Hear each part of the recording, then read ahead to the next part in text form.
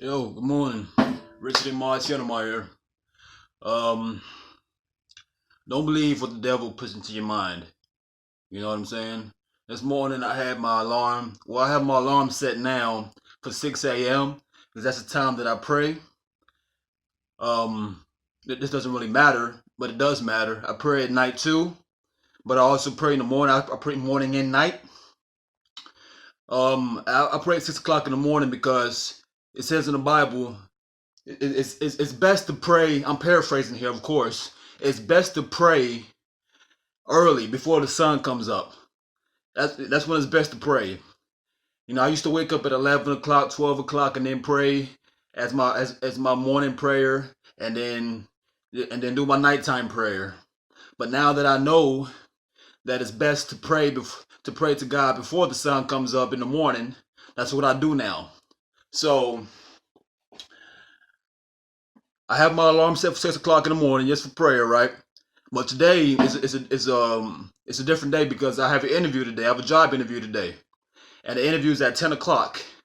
So once I woke up at 6 o'clock and I prayed, the devil told me, you know what? Go ahead and take another rest for another hour until 7 o'clock. Then you can wake up and then do your normal wake up routine, which is brush your teeth, piss, come downstairs for a workout. You can't listen to the devil, to the thoughts in your head. That's the devil. You cannot listen to the devil. The thoughts in your head is the devil. Because there's no telling what could come up. There's no telling what could come up in between me getting from this house, it's not my house, it's my parents' house. Which is, if you're my age, if you're 24, you should be out of your parents' house by now. There's a little disclaimer, parentheses here. But in that time it takes me to get from this house to my job interview, anything could happen. That could affect me by me going there not as early as I need to be there, right? So I don't listen to the thoughts in my head. As soon as I was done with that prayer and I put on a video that's a productive video, a learning video. If you want to find out what a learning video is, check out Bond Church and search and look at any of those videos by Mr. Jesse Lee Peterson. Bond Church, watch any of those videos.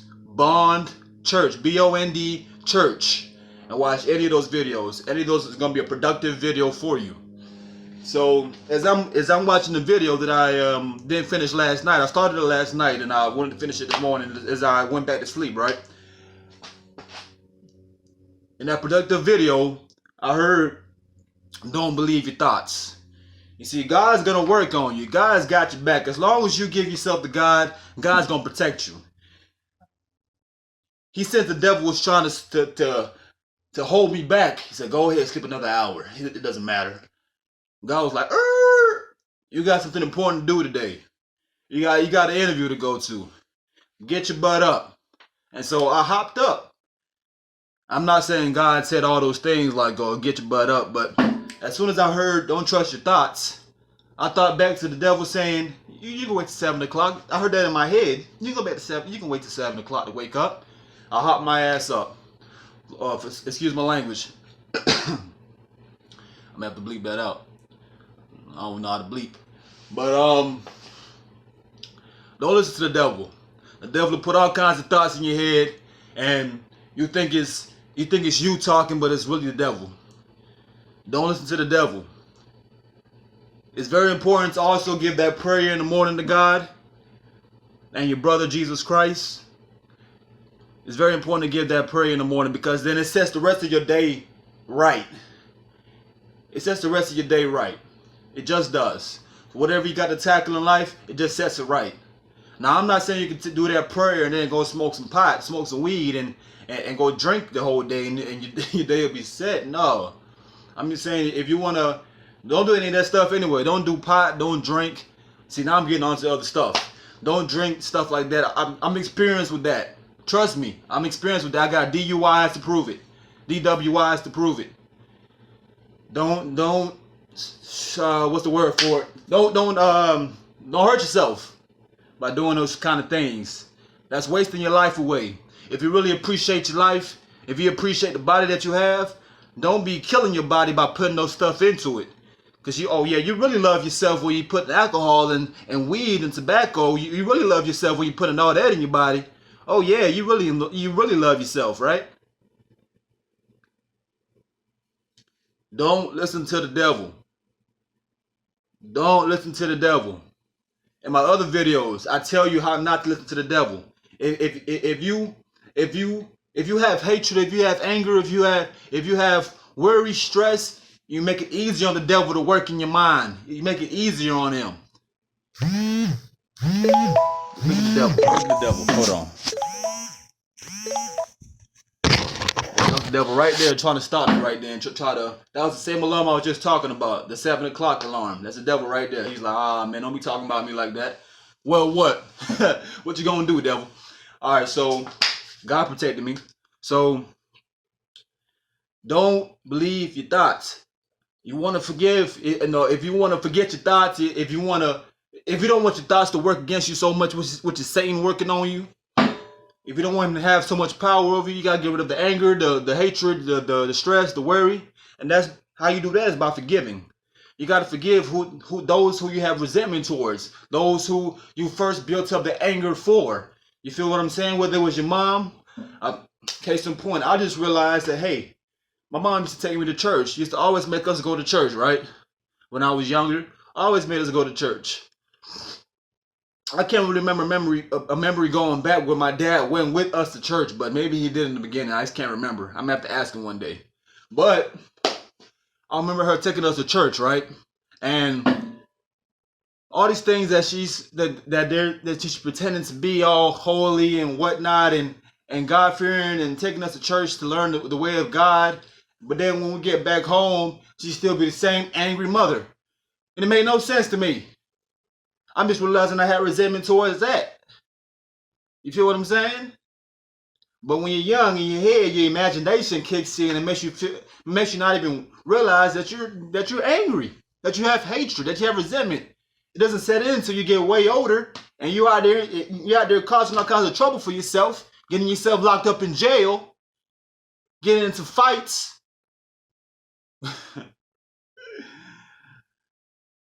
It's life-changing when you realize, when you just wake up. When you wake up, it's really insightful. You know what I'm saying? When you wake up, you need to stop blaming yourself, stop kicking yourself in the tail, stop being depressed.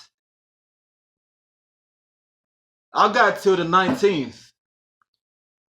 I got 5-6 days to get out this house, to get out my parents' house, which is a blessing. It's a blessing. Because I've always found a way to come back to mama, come back to daddy. But through God, I'm getting evicted. Through God. This is a good thing. This is a blessing. Because that means I can no longer rely on my parents. I have to be my own man. What caused the eviction? I stood up to my mom. I'm 24 years old. You're not going to put your hands on me. If you're over 18 and your folks are still putting their hands on you, call the cops on them. Call the cops on them. You feel what I'm saying? If it's a dire situation, fight back. Fight back. Stand up for yourself. Because if you don't stand up for yourself, who will? Who will? God will be with you, but he can't swing for you. He can't defend for you. You got to do that. I'm getting evicted because I called the cops on my mom. I said, you're not going to put your hands on me no more. And that's the first time I've ever stood up to my mom. In a real way. Not in an emotional way. Not in an argumentative way. Because when she got all flustered and blah, blah, blah, the same anger that a supposedly loving mother is supposed to have, I just looked at her. I kept calm. I didn't get riled up. Even when she started spewing things about how, oh, your real parents, I'm adopted. Your real parents didn't love you. That's why they left you on on the hospital step when you were a baby. Your mother doesn't love you. Even when she said all that, you know what I said? I said, you don't even know them. I didn't yell. I didn't whine. I said, you don't even know them. And you saying these things for the first time. For the first time, I saw my mother for what she was, for real, for real. And it doesn't even make you angry anymore. And prior to this happening, I had forgiven her.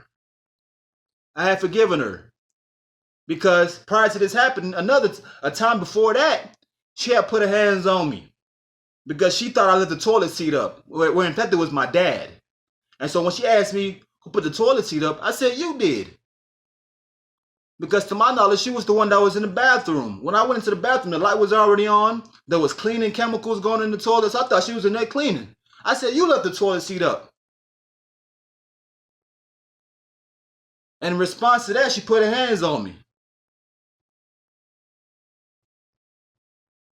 So it took the putting hands on me after that occasion. It took her putting her hands on me that next time. And I was like, you know what? I'm standing up for myself. I said, you know what? All right, cool. I got you. You can't put your hands on me. I called the cops. The cops got there, and she don't believe that women are weak, can defend themselves, because they can. They're very cunning. As much as she's gotten on to me, and my dad's gone on to me about my lying, that I lie, which I don't anymore. I don't make it a habit to lie to myself anymore. I don't make it a habit to lie to anybody else anymore. When the cops got there, you would think she would give the whole details and tell it for what it was, but no, she lied. Oh yeah, he bust into my room and yeah, I pushed him. Yeah, I put my hands on him. I pushed him one time, where in fact she had put her hands onto me more than one time. That I'm talking about this day, that day. She had put her hand onto me more than one time. But she sat there and lied. For someone that's supposed to be so I don't know whatever she presented herself to be. I don't know what I believed anymore about her. She lied just there. And it was crazy to me because I'm like, dang. Even I don't lie to the police no more. I mean, I used to when I first dealt with them, but it's like, yo, at 24, if a cop asks me what did I do, I'm gonna tell him the truth. I'm gonna tell him the truth. So it showed me there again. It shows you the truth, and it told me that, hey, you're right for defending yourself because this woman would have lied on you, right?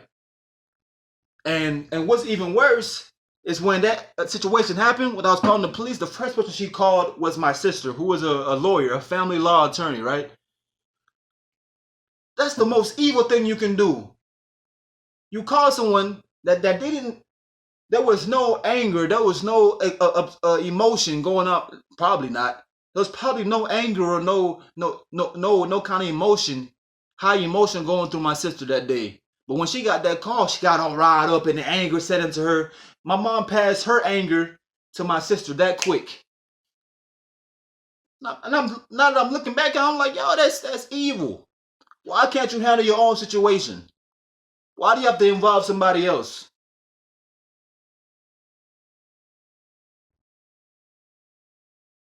For the longest time now, I've been able to deal with when it's dealing with the police. I don't even call my folks anymore. Yeah, in the beginning I did. When I was under 18, I used to call, but I don't anymore.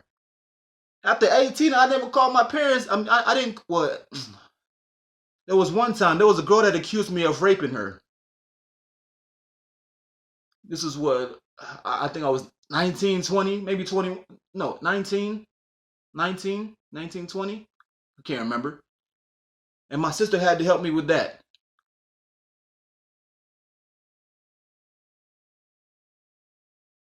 And through the grace of God, because the girl didn't have her facts straight, that's what alcohol does to you. That's what weed does to you. That's what being left alone at night does to you. By the grace of God, nothing happened to me. But I pray that that girl forgives herself,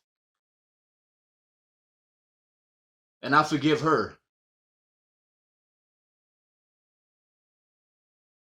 These things, after that moment, whenever I was involved with jail, I always handled it myself. It was always on me. I always handled it myself.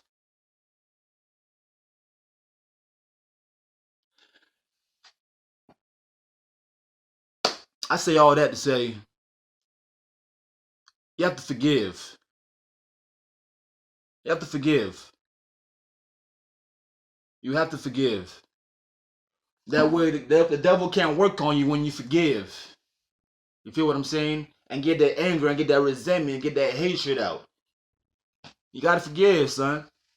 Or daughter, whatever, who I'm talking to, girl or boy. You gotta forgive. Seriously, you have to. And build your relationship with God. He will forgive you once you forgive others. He will forgive you once you forgive others. And don't try to make once you learn these things as you watch my videos or check out Mr. Jesse Lee Peterson on YouTube, Jesse Lee Peterson. Once you learn these things, don't be trying to make other people forgive. Because I've tried it, crash and burn. I tried with my dad, but I have to accept it. If people don't want to forgive, he's not gonna forgive. I told my pops, I was like, since I forgave y'all, which come Sunday when it should be my last day in his house, because then the next day is my eviction day, right? So I'm gonna try to tell him again. He said he wants to give me some money because I guess like bus fare just to handle some documentation stuff. I gotta handle or whatever. Get out of me, devil.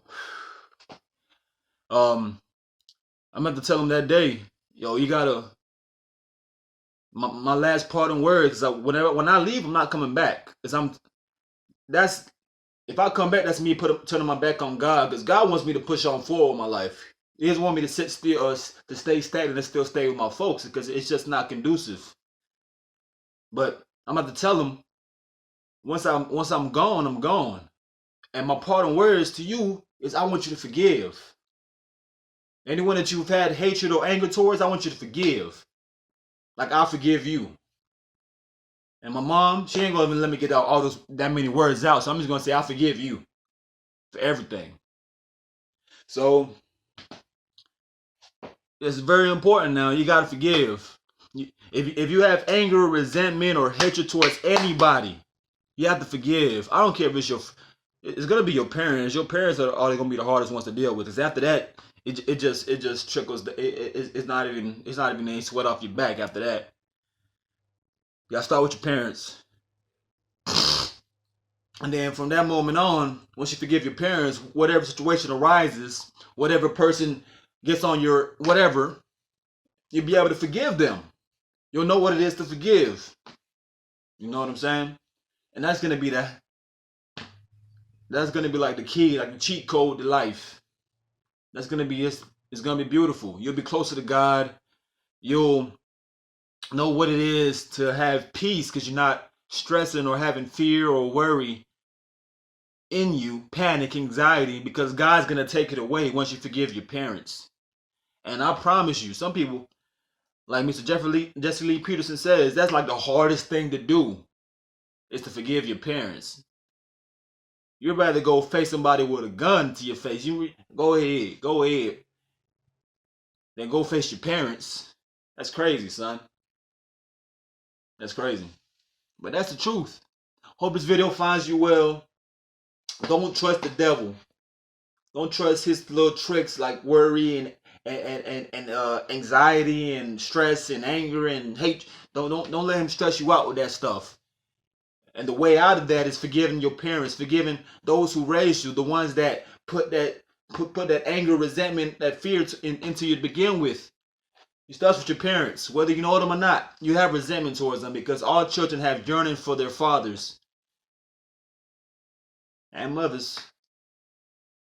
They have yearnings for their fathers and mothers. And if you don't know them, like I don't know my real ones, you have to forgive them because the same way that I've made mistakes like getting myself caught up in jail, getting myself caught up in bad relationships, getting myself caught up in school and just idiotic stuff and drugs and alcohol, all idiotic stuff. The same way I couldn't help myself because if I could help myself in those moments, I would have.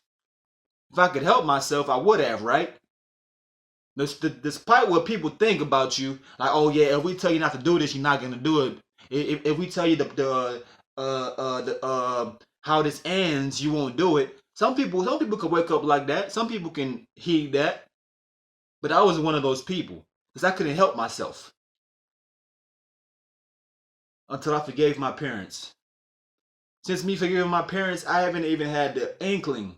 Yeah, the devil puts it in your head. Yeah, you gotta, you can smoke, you can drink, you can get into some kind of sexual whatever. It doesn't faze me anymore, to be honest with you. You gotta forgive. That was just all that anger and hatred and resentment is what led me to do those things like drinking and having sex out of wedlock. For real. It's very simple when you break it down, but it's hard to get a grasp of. You gotta forgive. You gotta forgive. Starts with your parents. I don't know my like I was saying, I don't know my real parents, but I forgive them because just the same way I couldn't help myself while I was doing all these bad things, I know they couldn't help themselves. Even though they abandoned me, I know the same way I couldn't help myself, they couldn't help themselves in whatever they were doing. And in that I was able to forgive them. If I can forgive some parents that I don't even know, but I long for, you can forgive the ones that you do know, but you hate. You feel what I'm saying? I've had to forgive two sets of parents. I'm sure you can forgive. You can forgive one, unless you're like me. You got it in you to forgive. God is in you to forgive. Once you forgive, He can forgive you, and you'll be on the path to peace. You'll be on your own path. Test it out. If you don't believe me, test it out and see what happens. But yeah, that's the truth. Hope this finds you well. Richard Amar, Chin in my ear. Peace.